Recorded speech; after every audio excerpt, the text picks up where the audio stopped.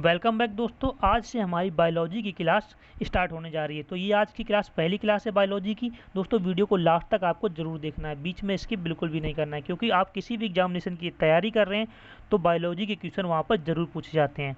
तो चलिए class start.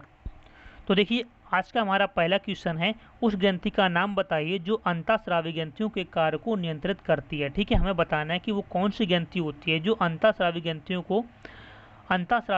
को कार्य को नियंत्रित करती हैं। कौन सी ग्रंथि होगी? तो देखिए वो होती है पीयूषिका ग्रंथि। ऑप्शन नंबर बी हमारा यहाँ पर बिल्कुल सही हो जाएगा। पीयूषिका ग्रंथि अंतःस्रावी ग्रंथियों कार्य को नियंत्रित करती हैं। ठीक है, ये मटर की साइज जितना, जो मटर का दाना होता है उसके साइज जितना इसका साइज होता है। ठीक है, नेक्स्ट क्वेश्चन है हमारा, हमारे शरीर में किन कोशिकाओं को लोकप्रिय ढंग से मानव शरीर के सैनिक कहा जाता है? ठीक है, हमें बताना है कि मानव शरीर का सैनिक कौन सी कोशिकाओं को कहा जाता है। तो देखिए सफ़ेद रक्त कोशिकाएं, ऑप्शन नंबर बी हमारा बिल्कुल सही हो जाएगा। सफ़ेद रक्त कोशिकाओं को मानव शरीर के सैनिक कहा जाता है। दोस्तों अब बात करते हैं लाल रक्त कोशिकाओं की। लाल रक्त कोशिकाएं क्या होती हैं? लाल रक्त कोशिकाओं को हम आरबीसी बोलते हैं। ठीक है, और सफ़ेद रक्त कोशिकाओं को डब्ल्यूबीसी बोलते हैं।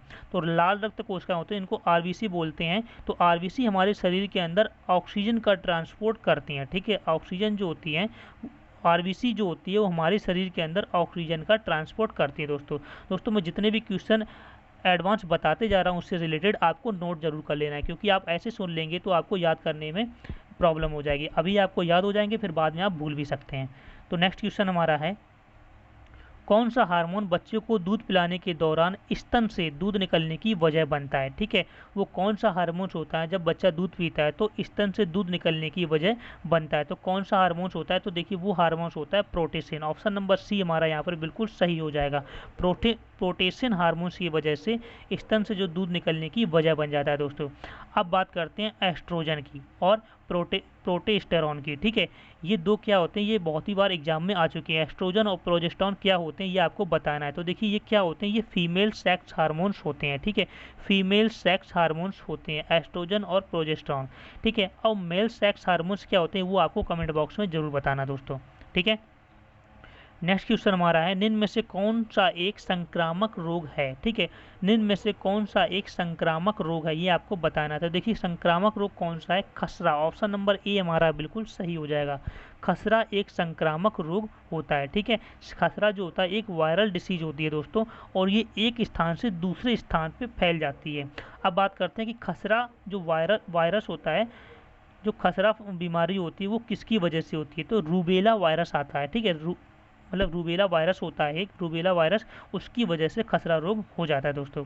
ठीक है, नेक्स्ट क्वेश्चन हमारा है, निम्न में से किसमें प्रति ग्राम प्रोटीन की मात्रा सबसे अधिक होती है? निम्न में से किसमें प्रति ग्राम प्रोटीन की मात्रा सबसे अधिक होती है? इंपॉर्टेंट क्वेश्चन है दोस्तों, एग्जाम में बहुत बार आ चुका है। तो देखिए सोयाबीन, ऑप्शन नंबर बी हमारा यहाँ पर बिल्कुल सही हो जाएगा। सोयाबीन में प्रति ग्राम प्रोटीन की मात्रा सबसे अधिक होती है। इसमें कितनी होती है? तो 35 से 38% के बीच में हो जाती है दोस्तों। ठीक है, नेक्स्ट क्वेश्चन हमारा है, एक वैज्ञानिक हैं जिसका संबंध सजीव एवं जीवाश्म दोनों रूपों में पौधों के पराग, बीजाणुओं तथा कुछ निश्चित सूक्ष्मजीवी प्लवक जीवों के अध्ययन से है।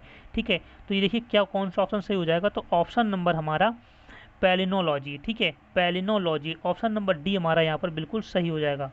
पैलिनोलॉजी सही हो जाएगा। ठीक है, नेक्स्ट क्वेश्चन हमारा है, जंतु विज्ञान की एक शाखा है जिसका संबंध उभयचरों के अध्ययन से है। ठीक है, हमको बताना है कि जंतु विज्ञान की एक शाखा है उभयचर, उसका संबंध किससे होता है? तो देखिए हेर्पेटोलॉजी। ठीक है, ऑप्शन नंबर ए हमारा यहाँ पर बिल्कुल सही हो जाएगा। हेर्पेटोलॉजी से उभयचरों का अध्ययन किया जाता है। ठीक है, अब देखिए क्वेश्चन आता है, उभयचर क्या होते हैं? पहले तो ये बात कर लेते हैं कि उभयचर क्या होते हैं। तो जो लैंड पर भी रहते हैं और पानी पर भी रहते हैं। ठीक है, लैंड में और पानी दोनों में रहते हैं, उनको हम उभयचर बोलते हैं। ठीक है, अब बात करते हैं मैमोलॉजी की। ठीक है, मैमोलॉजी क्या होते हैं?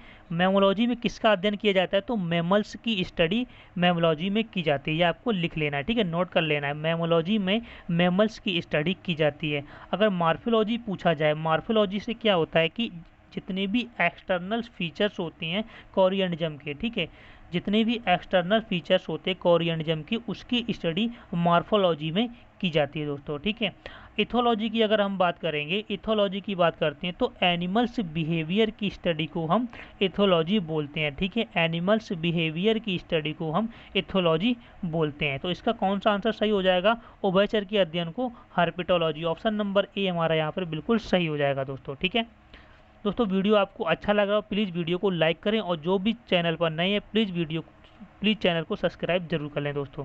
ठीक है, नेक्स्ट क्वेश्चन हमारा है, प्रकाश संश्लेषण के दौरान हरे पौधे सूर्य के प्रकाश से ऊर्जा का उपयोग कार्बन डाइऑक्साइड और पानी से को संश्लेषित के लिए करते हैं। ठीक है, किसके संश्लेषित के लिए करते हैं? तो ग्लूकोज। ऑप्शन नंबर बी हमारा बिल्कुल सही हो जाएगा। ठीक है, प्रकाश संश्लेषण के दौरान हरे पौधे सूर्य के प्रकाश से ऊर्जा का उपयोग कार्बन डाइऑक्साइड और पानी से ग्लूकोज को संश्लेषित करने के लिए करते हैं।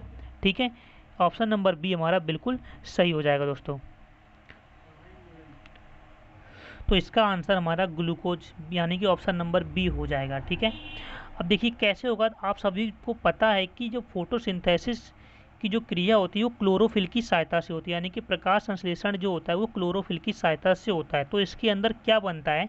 तो ये आपको देखना है कि जब CO2 प्लस H2O को यानी कि वाटर को जब मिला देते हैं तो हमारा क्या बनता है? C6H12O6 बनता है। ठीक है, C6H12O6 बनता है। तो यही हमारा क्या ग्लूकोज होता है। ठीक है, तो ऑप्शन नंबर बी हमारा बिल्कुल सही हो जाएगा दोस्तों। इससे पहले मैं एक क्वेश्चन आपको बता चुका हूं, तो यहाँ से एक क्वेश्चन और भी आ जाता है कि हिस्टोलॉजी। ठीक है, आपको नोट कर लेना है कि हिस्टोलॉजी क्या होता है। ठीक है, हिस्टोलॉजी क्या होता है?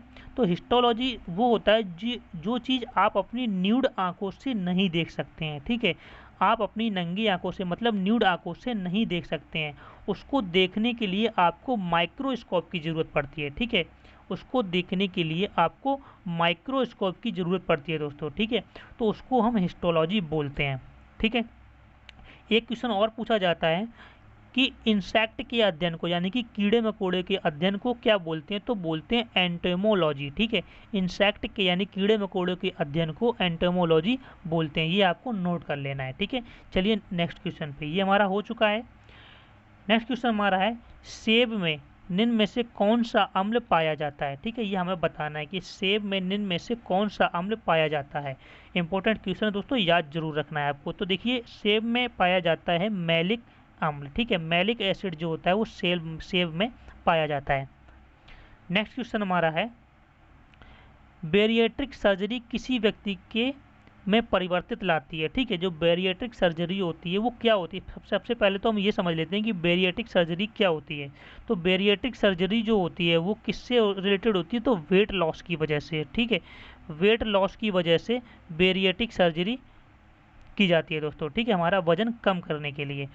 और बेरिएट्रिक सर्जरी किसी व्यक्ति के पाचन तंत्र, ठीक है, ऑप्शन नंबर डी हमारा बिल्कुल सही हो जाएगा, पाचन तंत्र में परिवर्तन लाती है दोस्तों।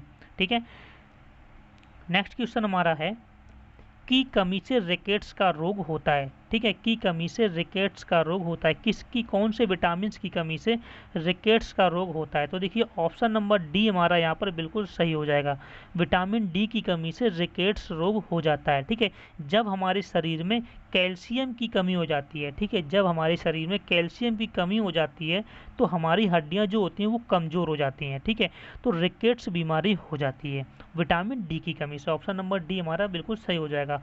अब बात करें विटामिन सी से, तो विटामिन सी क्या होता है? विटामिन सी की कमी से क्या हो जाता है? तो विटामिन सी की कमी से हो जाता है हमारा स्कर्वी रोग। ठीक है, विटामिन सी की कमी से हमारा स्कर्वी रोग हो जाता है दोस्तों, ये आपको नोट कर लेना है, याद रखना है।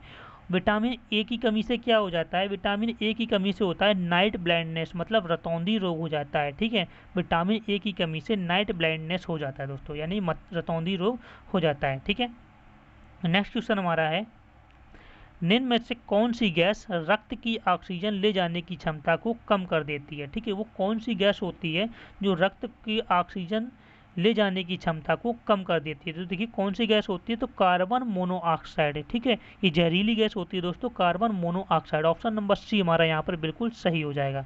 ठीक है, नेक्स्ट क्वेश्चन हमारा है, पक्षियों के द्वारा परागण को क्या कहा जाता है? ठीक है, पक्षियों के द्वारा परागण को क्या कहा जाता है, ये आपको बताना है। तो देखिए पक्षियों के द्वारा परागण को कहा जाता है फिली, ठीक है, एनिमोफिली। ऑप्शन नंबर ए हमारा है बिल्कुल सही हो जाएगा। पक्षियों के द्वारा परागण को एनिमोफिली बोलते हैं। नेक्स्ट क्वेश्चन हमारा है 1906 में किस व्यक्ति को उसके न्यूरॉन सिद्धांत के लिए नोबेल पुरस्कार दिया गया था। ठीक है, 1906 में कौन से व्यक्ति थे जिनको न्यूरॉन सिद्धांत के लिए नोबेल पुरस्कार दिया गया था। तो देखिए सेंटियागो रेमन वाई कैजल। ठीक है, ऑप्शन नंबर सी हमारा बी हमारा बिल्कुल सही हो जाएगा। Santiago Ramon y Cajal, option number B सही हो जाएगा। इसके लिए न्यूरॉन सिद्धांत के लिए नोबेल पुरस्कार सेंटियागो रेमन वाई कैजल को 1906 में दिया गया था। ठीक है, नेक्स्ट क्वेश्चन हमारा है कौन से पोषक तत्व की कमी रतौंधी का कारण बनती है। हम पहले भी पढ़ चुके हैं कि रतौंधी यानी कि नाइट ब्लाइंडनेस, हमने अभी बताया था नाइट ब्लाइंडनेस कौन से विटामिन की वजह से हो जाता है। तो विटामिन ए की वजह से नाइट ब्लाइंडनेस हो जाता है। ठीक है, नेक्स्ट क्वेश्चन हमारा है एस्कॉर्बिक अम्ल का लोकप्रिय नाम क्या है। ठीक है, एस्कॉर्बिक अम्ल का लोकप्रिय नाम क्या है। देखिए एस्कॉर्बिक अम्ल का लोकप्रिय नाम है विटामिन सी। ठीक है, कई बार एग्जाम में आ चुका है, आपको याद जरूर रखना है। एस्कॉर्बिक अम्ल का लोकप्रिय नाम विटामिन सी है। ठीक है, अगर विटामिन ए की बात करें, विटामिन ए का लोकप्रिय नाम क्या है, तो विटामिन ए का लोकप्रिय नाम है रेटिनॉल। ठीक है, रेटिनॉल विटामिन ए का लोकप्रिय नाम है। अगर विटामिन बी 12 की बात करेंगे, विटामिन बी 12 का लोकप्रिय नाम है साइनोकोबालेन। ठीक है, साइनोकोबालेन। अगर के की बात करें कि के का लोकप्रिय नाम क्या है, तो फाइलोफ्लूलेन, फाइलोफ्लूनेल। ठीक है, विटामिन के का लोकप्रिय नाम है फाइलोफ्लूनेल। ठीक है, नेक्स्ट क्वेश्चन हमारा है और लास्ट क्वेश्चन भी है, निम्न में से कौन सा एक अवशोषी अंग है। ठीक है, निम्न में से कौन सा एक अवशोषी अंग है। तो देखिए अपेंडिक्स जो होता है वो एक अवशोषी अंग है। ठीक है, अपेंडिक्स, ऑप्शन नंबर डी हमारा बिल्कुल सही हो जाएगा। अपेंडिक्स जो होता है वो एक अवशोषी अंग है। ठीक है, तो दोस्तों आज के लिए इतना ही। वीडियो कैसा लगा कमेंट बॉक्स में जरूर बताइएगा, और जो भी भाई बहन चैनल पर नए प्लीज़ चैनल को सब्सक्राइब जरूर कर लें, अपने वीडियो को शेयर करें अपने दोस्तों, कम से कम 10 लोगों को शेयर जरूर करें दोस्तों। तो मैं मिलता हूँ आपको नेक्स्ट वीडियो में। धन्यवाद।